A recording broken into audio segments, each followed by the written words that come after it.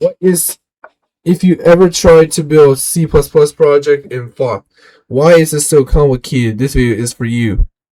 Today we're answering one simple question: what is CMake and why does nearly every serious C++ project use it? And by the end of this video, you'll understand exactly what problems CMake solves and why learning it properly will save you hours of pain. Welcome back to the channel. This is episode 1 of the Mastering CMake series where we go from zero knowledge to professional real-world usage. Let's start with this problem. Imagine you write a C++ program. You compile it on Linux, works fine. You try Windows, broken. macOS, also broken. Different compilers, different flags, different build tools. Traditionally, developers wrote make files, but those are hard to read, hard to maintain, and very platform specific. That's where CMake comes in. Here's the most important thing to understand. CMake is not a compiler. CMake is not a build tool. CMake is a build system generator. You describe what your project is, and CMake generates the correct build files for Make, Ninja, Visual Studio, Xcode. One project description, every platform.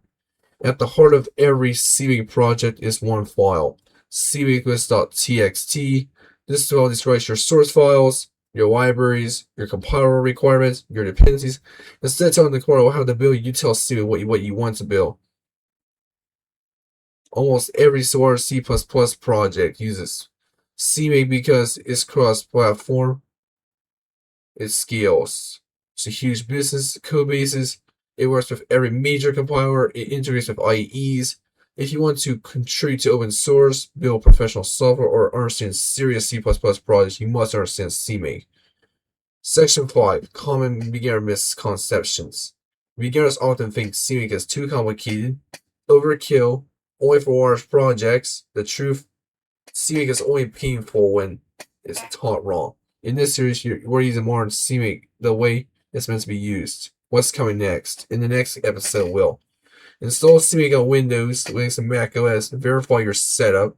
Avoid the most common install mistakes. After that, we'll build your first real CMake project. If you struggled with CMake before, comment below and tell me what broke.